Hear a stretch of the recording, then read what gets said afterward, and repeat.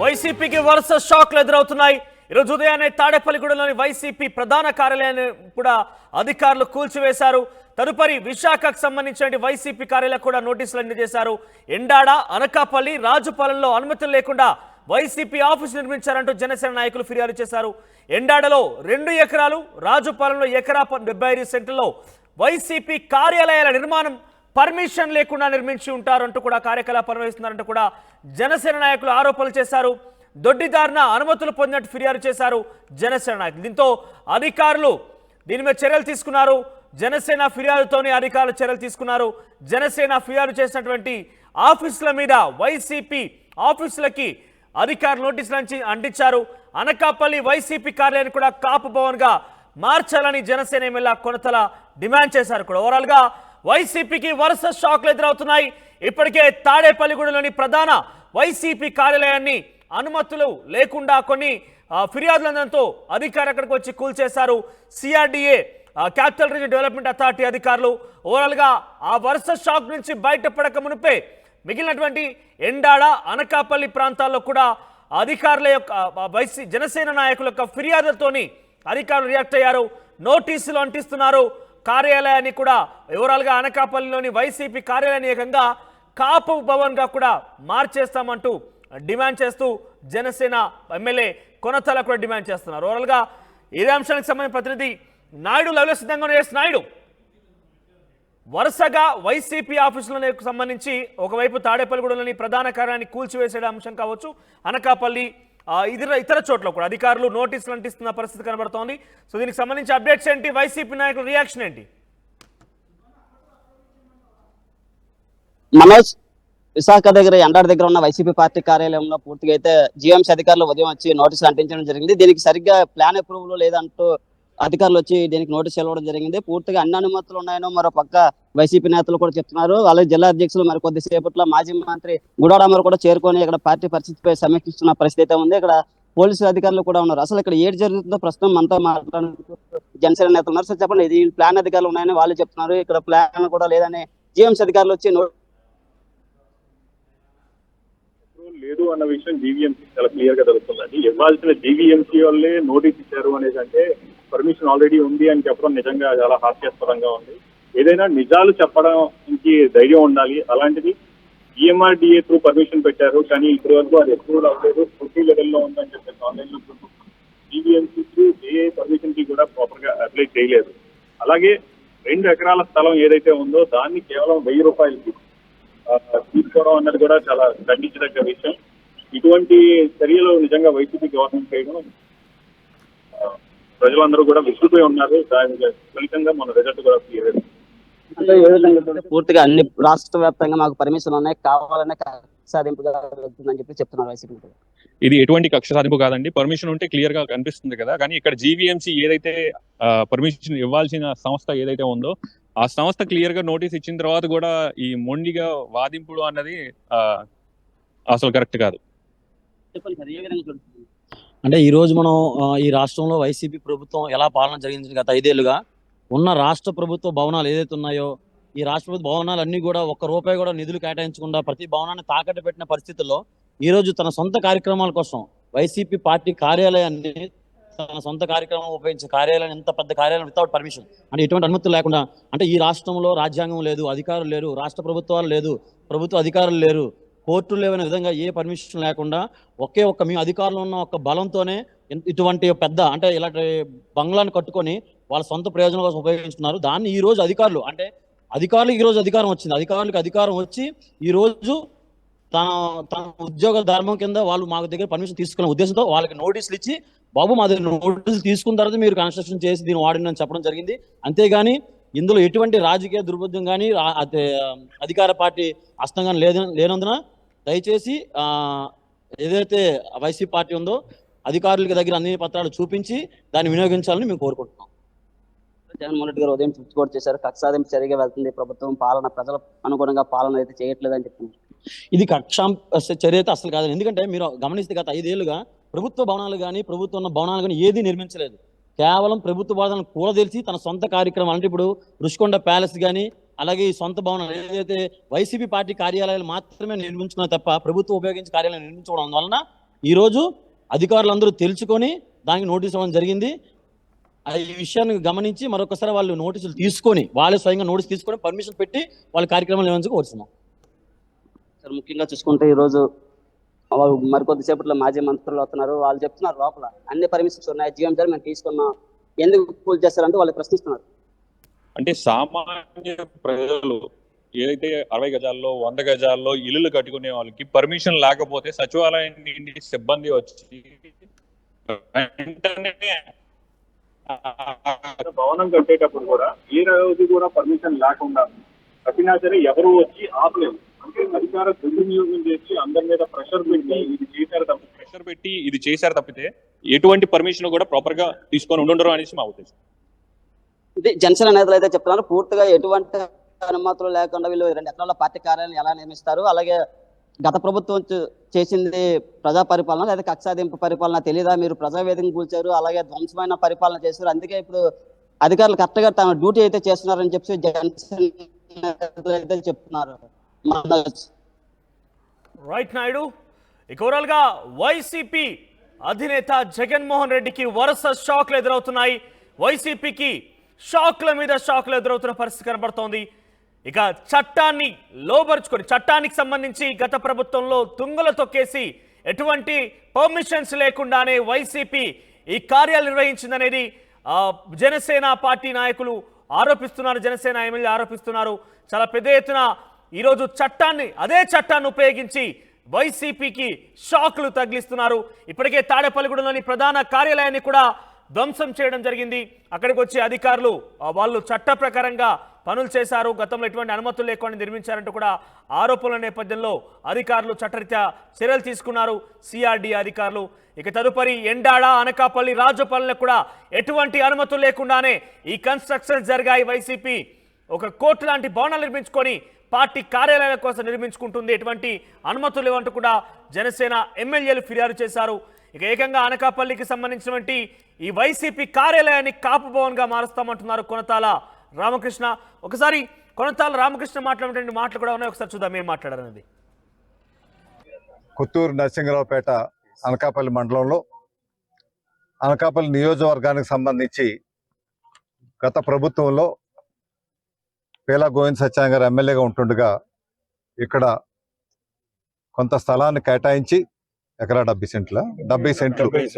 75 సెంట్లు కాపు సామాజిక భవనాన్ని నిర్మించాలి, ఇక్కడ ఉన్నటువంటి నిరుపేదలైనటువంటి కాపులకి మేలు చేయాలి, వాళ్ళ పెళ్లిళ్ళకైనా కథా కార్యక్రమాలకైనా శుభకార్యాలకైనా లేదంటే ఆ పిల్లలు పై ఊరు నుంచి వచ్చిన వాళ్ళు ఉద్యోగరీత్యా వచ్చిన వాళ్ళు వాళ్ళ ఆస్తుల కింద కొంత ఉండడానికైనా రూములు కూడా పెట్టి చేయాలని ఒక 50 లక్షల రూపాయలు కూడా నిధులు మంజూరు చేస్తున్నారు. కానీ దురదృష్టం ఏంటంటే ఇంతగా ఈ ప్రభుత్వం కాపుల గురించి ఎంత చేసాం అంత చేసామని ప్రగల్భాలు పలికినటువంటి వ్యక్తులు ఈరోజు ఇదే స్థలంలో అవి పాత ఇచ్చినటువంటి మంజూరులన్నీ కూడా పక్కకు పెట్టి ఇక్కడ ఒక భవనాన్ని నిర్మిస్తా ఉన్నారు.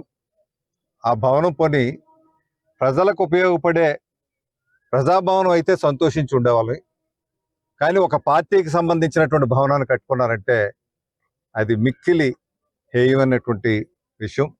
సిగ్గుపడాలి.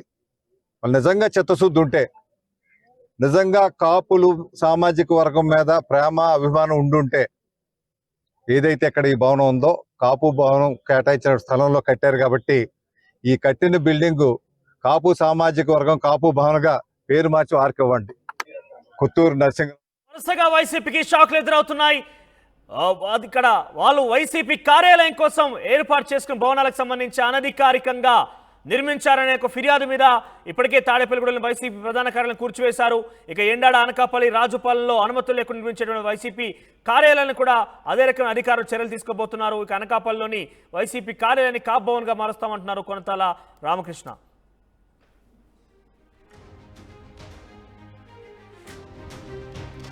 దీనికి సంబంధించి మరింత సమాచారం ప్రతినిధి వర్మ అందిస్తారు. S Varma, over to you. నేను వర్మ. మనం చూడొచ్చు ఋషికొండ ప్యాలెస్ల మీద నానా రాద్ధాంతం ఒక పక్క జరుగుతుంటే మరోవైపు వైసీపీ పార్టీ ప్యాలెస్లు తెర మీదకి వచ్చాయి. మనం చూడొచ్చు అనకాపల్లిలో కావచ్చు, అలాగే విశాఖపట్నంలోని ఎండాడ దగ్గర నిబంధనలకు విరుద్ధంగా పెద్ద పెద్ద పార్టీ కార్యాలయాల కోసం ప్యాలెస్లను నిర్మించడం తెర మీదకు వచ్చింది. వీటిని ఆపడానికి జనసేన నాయకులు రాత్రి వరకు కూడా చాలా ప్రయత్నించారు. ప్రస్తుతం ఇక్కడ ఈ నిర్మాణాలు ఎలా జరిగాయి, వాటిని ఎలాగా ఆపేరు అన్నది మనతో పాటు ఉన్న మూర్తి యాదవ్ గారిని అడిగి తెలుసుకుందాం. చెప్పండి యాదవ్ గారు, వైసీపీ నిబంధనలకు విరుద్ధంగా అనుమతులు లేకుండా ఈ ప్యాలెస్ లాంటి పార్టీ భవనాలని నిర్మించింది. దీన్ని మీరు ఎలా అడ్డుకున్నారు? వైసీపీ ప్రభుత్వం వచ్చిన వెంటనే జగన్మోహన్ రెడ్డి అత్యంత విలువైనటువంటి వందల కోట్ల రూపాయలు విలువ చేసే ప్రభుత్వ భూముల్ని తన సొంత పార్టీ కార్యాలయాల కోసం నామమాత్రపు రుసుము లీజ్కి కేటాయించుకొని, అంటే ఎండాడిలో ఎకరం 50 కోట్ల రూపాయలు ఉన్న దగ్గర 2 ఎకరాల స్థలాన్ని 100 కోట్ల రూపాయలు చేసేటువంటి ఆ యొక్క స్థలాన్ని కేటాయింపు చేసుకొని సర్వే నెంబర్ 175/4లో ఉన్నటువంటి ఆ యొక్క ఎండాడ్ సర్వే నెంబర్లో 2 ఎకరాల భూమిని కేటాయించుకొని కేవలం ఏడాదికి 1000 రూపాయలు మాత్రమే లీజు డబ్బులు చెల్లించడానికి ప్రభుత్వానికి 33 ఏళ్ల పాటు ఆ లీజు తీసుకున్నది అదొక విషయం అయితే, అనకాపల్లి రాజుపాలెంలో 75/4లో సర్వే నెంబర్లు ఉన్నటువంటి ఎకరం 75 సెంట్ల యొక్క ల్యాండ్ని వైసీపీ కార్యాలయానికి కేటాయించుకున్నారు. 2 కార్యాలయాలకి కేటాయించుకున్న భూములు నామమాత్ర ధరలు కోట్ల రూపాయలు చేసే భూములు, ప్రభుత్వ భూములు ఒక ఎత్తు అయితే, అక్కడ నిర్మించాల్సినటువంటి వైసీపీ కార్యాలయాల భవనాలు ఏవైతే ఉన్నాయో అవి మహావిశాఖ నగరపాలక సంస్థ నుంచి అనుమతులు పొందాలి, భవన నిర్మాణ అనుమతులు పొందాలి, భవన నిర్మాణ ఫీజులు కట్టాలి. ఆ ఫీజులు కూడా కట్టకుండా ఎగేయడానికి అక్రమంగా నిర్మాణాలు చేపట్టారు.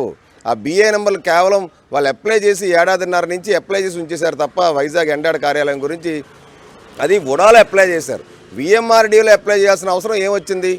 అసలు విశాఖ జీవీఎంసీలోని పరిధిలోకి వచ్చేటువంటి ఎండాడ, జోన్ 2 పరిధిలోకి వచ్చేటువంటి ఎండాడ సైటు ఉడాలో ఎందుకు అప్లై చేశారు అంటే, కేవలం మొట్టమొదటి నుంచి కూడా జగన్మోహన్ రెడ్డి వాళ్ళకు అనుకూలంగా ఉన్నటువంటి ఐఏఎస్ అధికారుల్ని ఐఆర్ఎస్ అని చెప్పి అనిపించేటువంటి అధికారులు ఎవరైతే జీవీఎంసీ కమిషనర్ సాయికాంత్ వర్మ, అలాగే విశాఖ జిల్లా కలెక్టర్ డాక్టర్ కె మల్లికార్జునులు డూడు బసవనలాగా వీళ్ళకి తొత్తుల్లా వ్యవహరించి ఇక్కడ ఇంత పెద్ద నిర్మాణాలు చేపడుతున్నా కానీ సామాన్యుడు ఒక బిల్డింగ్ కడితేనే అక్కడ నిబంధనలు అతిక్రమిస్తేనే కూలగొట్టేసేటువంటి పరిస్థితుల్లో ఇంత పెద్ద పెద్ద ప్యాలెస్ల లాంటి వైసీపీ కార్యాలయాలు రాష్ట్ర ప్రజల దగ్గర నుంచి దోచుకున్న సొమ్ములతో అక్రమ నిర్మాణాలు చేపట్టినటువంటి భవనాలు ఏవైతే ఉన్నాయో వాటిని పూర్తి వివరాలతో నిన్న చీఫ్ సిటీ ప్లానర్ మహావిశాఖ నగరపాలక సంస్థ అధికారి సురేష్ గారికి మేము రిప్రజెంటేషన్ కంప్లైంట్ చేయడం జరిగింది.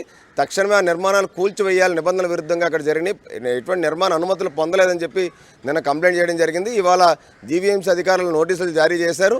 ఖచ్చితంగా అక్రమ నిర్మాణాలని తొలగించాలి, ప్రభుత్వ భూముల్ని కాపాడాలనే దిశగా మా జనసేనాని పవన్ కళ్యాణ్ గారు, ఈ రాష్ట్ర ఉప ముఖ్యమంత్రి పవన్ కళ్యాణ్ గారు ఏదైతే ఒక కృతనిశ్చయంతో, ఈ రాష్ట్ర ముఖ్యమంత్రి చంద్రబాబు నాయుడు గారు ఏదైతే ఒక సంకల్పంతో ఈ రాష్ట్ర ప్రజల్ని, రాష్ట్ర సంపదని కాపాడాలి, రాష్ట్రాన్ని సుభిక్షంగా పరిపాలించాలనేటువంటి ఒక దృఢ సంకల్పంతో తీసుకున్నటువంటి ఈ పాలన ఏదైతే ఉందో ఖచ్చితంగా వైసీపీ నేతలకే కాదు అందరికీ కూడా బుద్ధి రావాలి.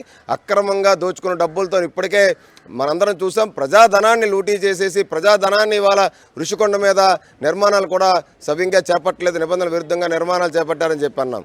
అలాగే ఏదైతే తాడేపల్లి దగ్గర మంగళగిరిలో వీళ్ళు ప్రజావేదికని కూల్చడం మొదలుపెట్టారు, అది ప్రజాధనమే. ఇప్పుడు ప్రజల దగ్గర నుంచి దోచుకున్న డబ్బులతో వీళ్ళు పార్టీ కార్యాలయాలు ఏవైతే అక్రమ నిర్మాణాలు చేపట్టారో ఆ నిబంధనలకు వ్యతిరేకంగా ప్లాన్ అప్రూవల్స్ కానీ ఫీజులు కానీ ఏమి కట్టకుండా అవన్నీ కూడా కూల్చివేయాలని చెప్పి జనసేన పార్టీ డిమాండ్ చేస్తూ ఉంది. సార్, మనం చూడొచ్చు ఒక నిండు సభలో మొత్తం గౌరవ సభ్యులంతా ప్రమాణ స్వీకారం చేస్తూ ఉన్నారు.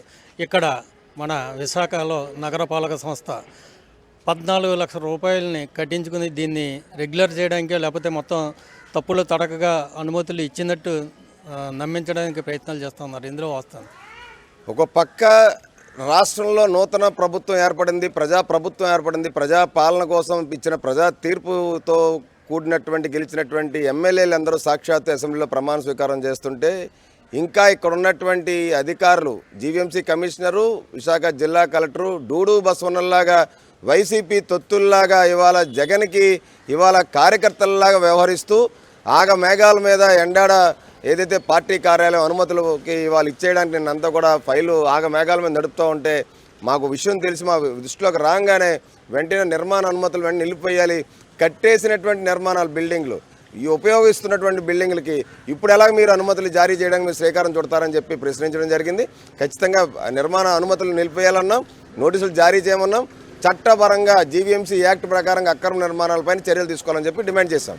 మన ప్రభుత్వ లెక్కలు చూస్తుంటే కనుక అది వేకెంట్ ల్యాండ్, కానీ మనం అక్కడ చూస్తుంటే పెద్ద పెద్ద బిల్డింగ్లు ఉన్నాయి, అటు రాజభవన్లో కావచ్చు, ఇటు ఎన్ఆర్లో కావచ్చు. ఇప్పుడు ఏంటి వాటి పరిస్థితి? అక్కడ తాడేపల్లిలో జరిగిందంటే అక్రమ కట్టడాలను కూల్చివేయాలన్నా, లేకపోతే ప్రజా ఉపయోగం కోసం వీటిని వాడాలన్నా?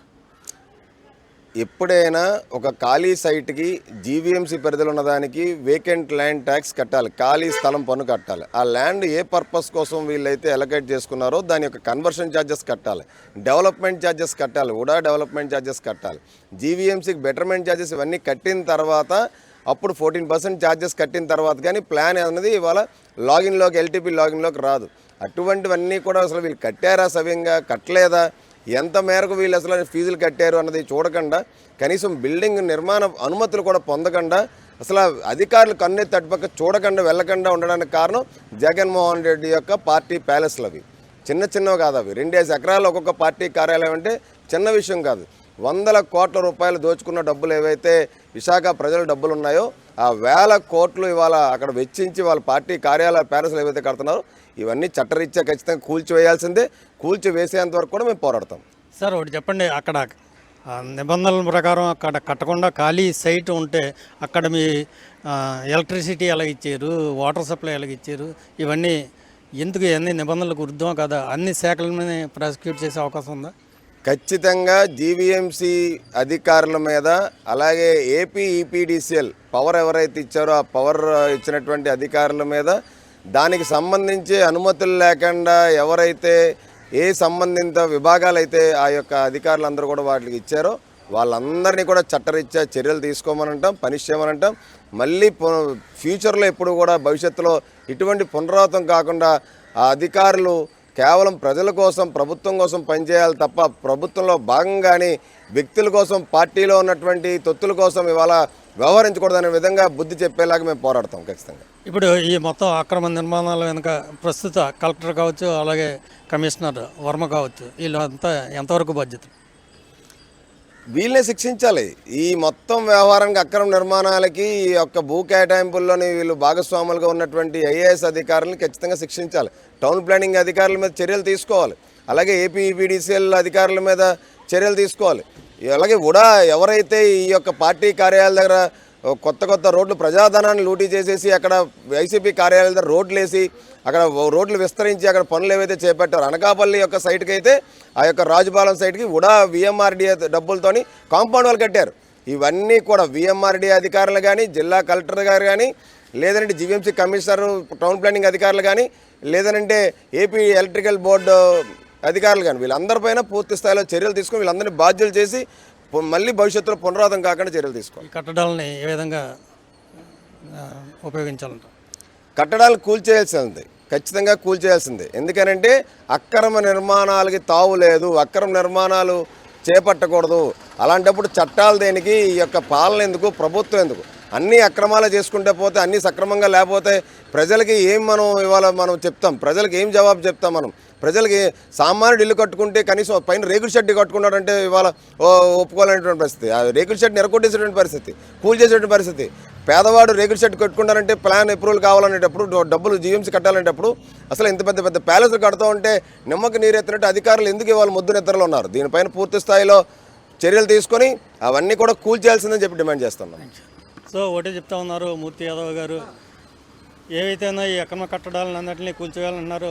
మరోవైపు చూసుకుంటే కనుక అనకాపల్లి పార్టీ ప్యాలెస్ ఏదైతే ఉందో అది కాపు సామాజిక వర్గానికి కేటాయించిన స్థలాన్ని వాళ్ళు అనుభవిస్తూ ఉన్నారు. అందులో పార్టీ కార్యాలయం కట్టుకున్నారు కాబట్టి దాన్ని కొట్టడం కాదు, దాన్ని కూల్చడం కాదు, దాన్ని కాపు భవన్గా మార్చాలని already MLA Kontala Ramakrishna demand చేస్తున్నారు. దీని మీద ప్రభుత్వం ఏ నిర్ణయాలు తీసుకుంటుందో మనం వేచి చూడాల్సిందే. కెమెరామెన్ అజయ్తో వర్మ, RTV, విశాఖపట్నం.